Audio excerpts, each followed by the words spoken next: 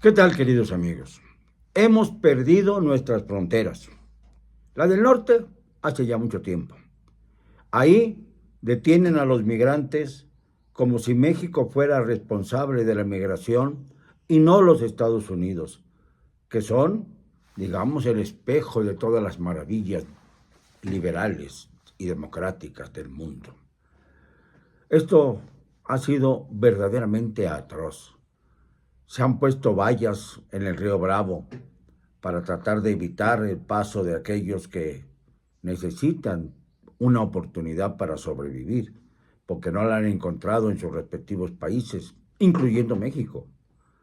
Allí se vive en un estado permanente de guerra, porque quien atraviesa la frontera puede ser víctima de los cazadores de hombres o de la Border Patrol, que es la institución más eficaz para tratar de reprimir a quienes entran ilegalmente al territorio norteamericano. Y entonces tenemos nosotros que soportar que nuestras fronteras se llenen de indocumentados ahora con una oleada de África. Esto es tremendo.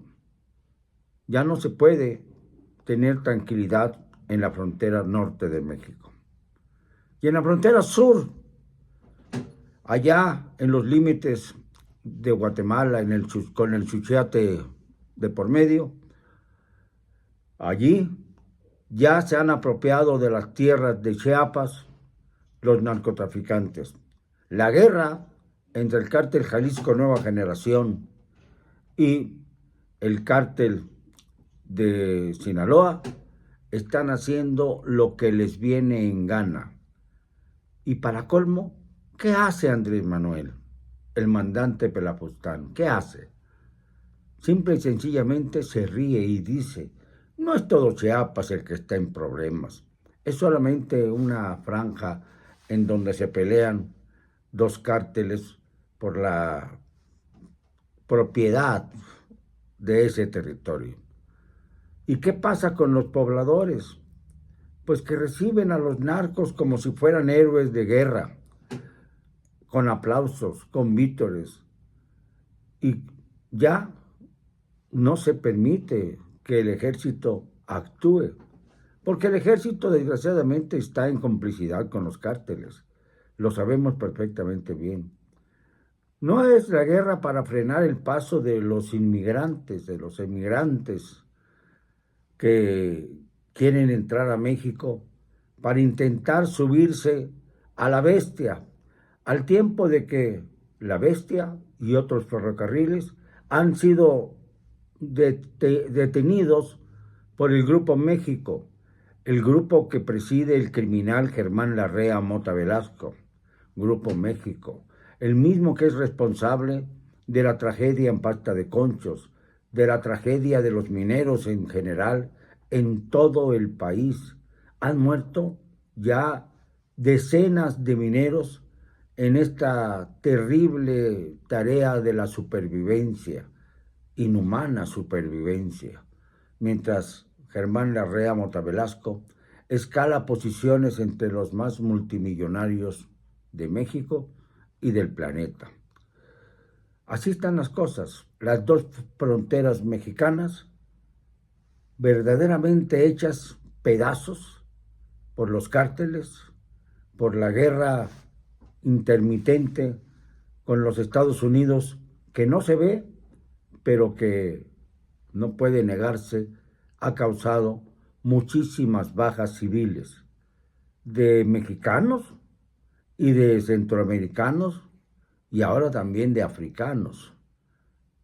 Es como una especie de muro de la venganza, como una especie de tiroteos al estilo de lo que fue antes de la invasión rusa, Ucrania, en donde se veía siempre el escalar de la violencia hasta que llegó la invasión. Así estamos en el norte del país y en el sur, simple y sencillamente, los cárteles hacen lo que les da la gana, mientras el señor de Palacio Nacional se burla descaradamente de quienes estamos apuntando estas cosas y dice que no nos preocupemos, es una pretensión absurda, es una verdadera campaña contra su gobierno el pensar que Chiapas todo está violentado por las mafias, por los cárteles. Se olvida el presidente que el 1 de enero de 2024, es decir, dentro de apenas 3 meses, 4 meses, se habrán de cumplir 30 años desde la insurrección del Ejército Zapatista de Liberación Nacional, el EZLN.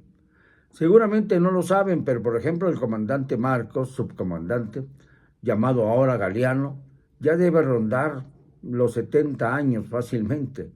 Ya anda ahí en la sierra, pues que no produce ya nada, porque sencillamente están atrapados todos en una guerrilla de fantasía a la que llaman Ejército de Liberación Nacional, Ejército Zapatista de Liberación Nacional. 30 años de ocio terrible en esa entidad, una verdadera eternidad por la incapacidad, la negligencia y la torpeza de gobiernos que han ido subsecuentemente escalando la calidad de gobiernos que no son ni sirven para nada. Carlos Salinas, Ernesto Zedillo, Vicente Fox, Felipe Calderón, Enrique Peña, Andrés Manuel López Obrador, 6 presidentes han pasado y no han podido resolver el problema del EZLN. ¿Cómo van a resolver también el caso de los jóvenes de Ayotzinapa en Guerrero? ¿Cómo van a resolver el caso de las matanzas en Guerrero, que también ha sido muy prolífero en este campo? Allá en Chiapas también se dio aquella terrible escena brutal de Chenaló, cuando entraron los miembros del ejército a masacrar a un grupo de personas que estaban en el templo rezando. Y murieron decenas de fieles que no tenían otra filiación que la de su conciencia. Esto es Chiapas, solo Chiapas. Pero ya vimos también que Guerrero está en las mismas circunstancias. Y están en las mismas circunstancias otros estados de la República a los que ya no se puede acceder. Digamos todos los del norte. Digamos también Sinaloa, por supuesto. Y qué decir de Veracruz, Tamaulipas, que ya está en la frontera, pero que tiene repercusiones en todo el mundo por las cruentas revelaciones acerca de las fosas clandestinas. Allá fue donde aparecieron las primeras y ahora se ha extendido por todo el territorio nacional la búsqueda de cadáveres en fosas clandestinas. Este es el México que está heredando López IV a quien pretenda ser su sucesor.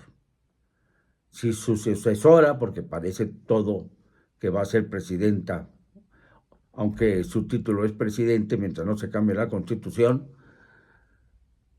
ha tenido que soportar la próxima mandataria de este país esta situación que hereda el señor López IV.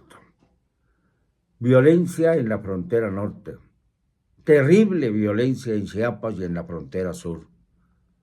Migrantes que ya no pueden desplazarse porque sencillamente ya no hay trenes para hacerlo y entonces tienen que caminar y caminar y caminar, algunos hasta la muerte. ¿Y qué hace nuestro gobierno? Promover a Claudia Sheinbaum, una señora que lleva en sus espaldas todas las tragedias de los últimos años en la Ciudad de México, que lleva sobre sus hombros el ser una de las representantes más evidentes de la mafia del poder, actualizada, como una versión corregida y aumentada de lo peor del pasado. No, no culpemos al pasado, Andrés. Eres tú el responsable. Eres tú quien ofreció cambiar las cosas y solo las has empeorado hasta límites inconcebibles. Piensen, mexicanos, piensen antes de resolver qué vamos a hacer. Si darle el aval para que continúe la cuarta transformación o parar esta barbaridad que está ocurriendo en México de manera definitiva, votando en contra de la cuarta transformación. No me van a callar. Y lo digo hoy y siempre, con cero cobardía.